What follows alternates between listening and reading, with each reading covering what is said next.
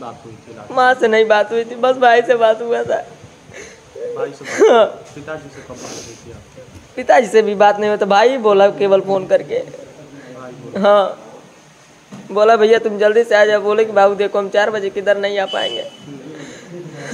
बात हुआ तो जितने भी अपराधी हैं उनको या तो इनकाउंटर कर दिया जाए, और नहीं तो जो मेरे भाई और बहन को मारा है गोली, उनको सर में गोली मारा जाए। जब आप गोरखपुर भाई जब मैंने फ़ोन किया तो भाई मेरा परिवार ही खत्म हो गया। आज मेरा रोते रोते आंसू भी सूख गया है। मैं कैसे रहूँ ये बताइए? जिसके माँ बाप का साया, परिवार साया हट गया, वो बच्चा कैसे जिएगा, कैसे सहारे रहेगा, किसके सहारे? आप ही बताइए। आज मेरे दिल पर तो जो गुजर रहा है मैं ही जान रहा हूँ। एक टाइम सुबह में उपवास रह रहा हूँ, शाम को भोजन भी नहीं जल्दी घोटा रहा है। ये बताइए कैसे हम घोटेंगे, हमें खुद नहीं पता है। इसी डिप्रेशन में हम उस दिन भर्ती भी हो गए। जिसका परिवार ही उजड़ गया, वो किसके सहारा जिएगा? आप ही बताइए। पहले 2014 में चाचा जी का बैनामा करा लिए। हमारे चाचा जी मंदबुद्धि के थे, दिमाग से ठीक नहीं थे। उनको पहचान पत्र बनवाने गए थे, उसी हिसाब से वो उनको आना चाहिए पूछने के लिए कि आपका भाई खेत बाड़ी बेचने के लिए आया है। कम से कम उनको राय ले लेना चाहिए था, उन्होंने नहीं लिया। और तभी से 2014 से मेरे चाचा जी को गायब करके, चाहे किडनैप करके, जो भी कुछ सानी पानी वगैरह जो भी कराते थे, मतलब आज तक उनका पता नहीं चला। 9-10 सालों से उनके घर ही रहते हैं। घर ही रहते। सूरत में नौकरी करें, बातचीत हुई? नहीं, मुझसे नहीं बातचीत हुई। जब प्रशासन ने बताया कि तुम्हारे भाई और भौजाई और दोनों भतीजे और एक भतीजा मर गया, तो उन्होंने सर नीचे कर लिया, हिम्मत नहीं लिया कि वो बोल सके। अगर जो वही कमा पहले और कर दिए होते जब मेरा परिवार साथ होता। ठीक है, पहले भी मृतक जो प्रेमचंद यादव पहले भी कटवाता था? हाँ, वो कई बार कटवाता था। जो भी फसल कटवाता था 10-20 गुंडों को लेकर कटवाता था और हथियार के साथ कटवाता था। उसकी पत्नी भी, उसके घर भर वाले आकर के हम लोगों को गाली गुस्सा मारपीट करके सब गलिवाते थे। हम लोग बस पीड़ित थे। हम लोग जाए प्रशासन के पास, किसके पास जाए? हम लोगों को कागज दबा दिया जाता था। आज मैं कुछ कह नहीं सकता हूँ, लेकिन मैं अब कहूँगा। उनके जब मैंने बलिया चला गया पिंडदान कराने के लिए, त्रिपिंडी था 1 तारीख को शाम को 7 बजे मैं बलिया चला गया। और मेरा भाई बोला भैया 2 अक्टूबर को हमारा जन्मदिन है, हमारे लिए कुछ है नहीं। तो हम बोले कि मदद तो हम कर देंगे, तुम्हारे लिए पूजा में मैं जा रहा हूँ और मैं आ जाऊँगा। तभी तो 6 बजे फ़ोन आया भाई का, भैया जो प्रेमचंद यादव हैं लो, उनके परिवार वाले ईंटा पत्थर चलवा रहे हैं लो। और 7 बजे मैंने फ़ोन किया तो भाई मेरा परिवार ही खत्म हो गया। आज मेरा रोते रोते आंसू भी सूख गया है। मैं कैसे रहूँ ये बताइए? जिसके माँ बाप का साया, परिवार साया हट गया, वो बच्चा कैसे जिएगा, कैसे सहारे रहेगा, किसके सहारे? आप ही बताइए।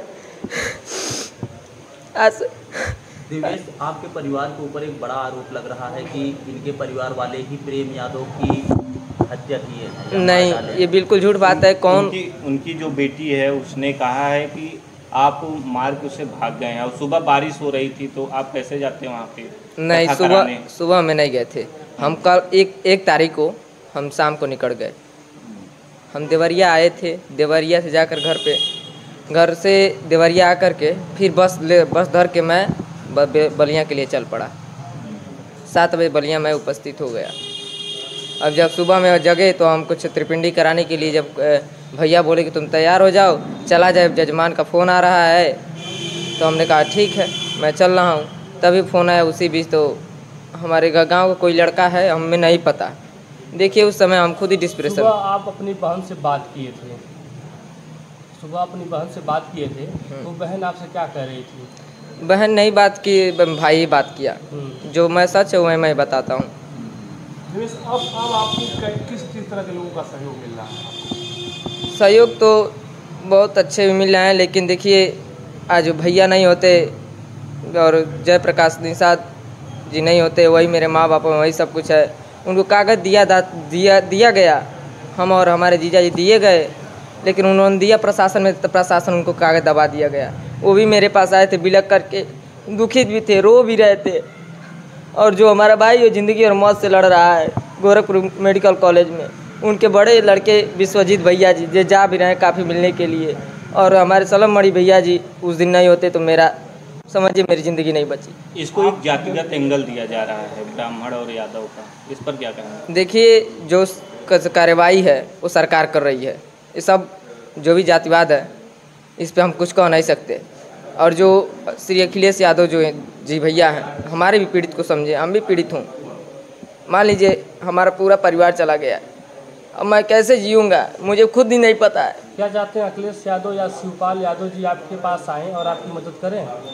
हम तो यही चाहते हैं, जितने भी अपराधी हैं उनको या तो इनकाउंटर कर दिया जाए, और नहीं तो जो मेरे भाई और बहन को मारा है गोली, उनको सर में गोली मारा जाए।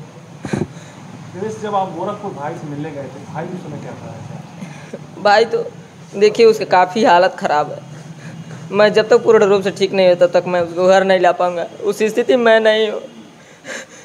लेकिन अब तक देवेश जी अपने माँ बाप के साथ रहे, भाई बहन के साथ रहे, आज आपका परिवार छोड़कर चला गया, अब कैसे आप रह रहे हैं?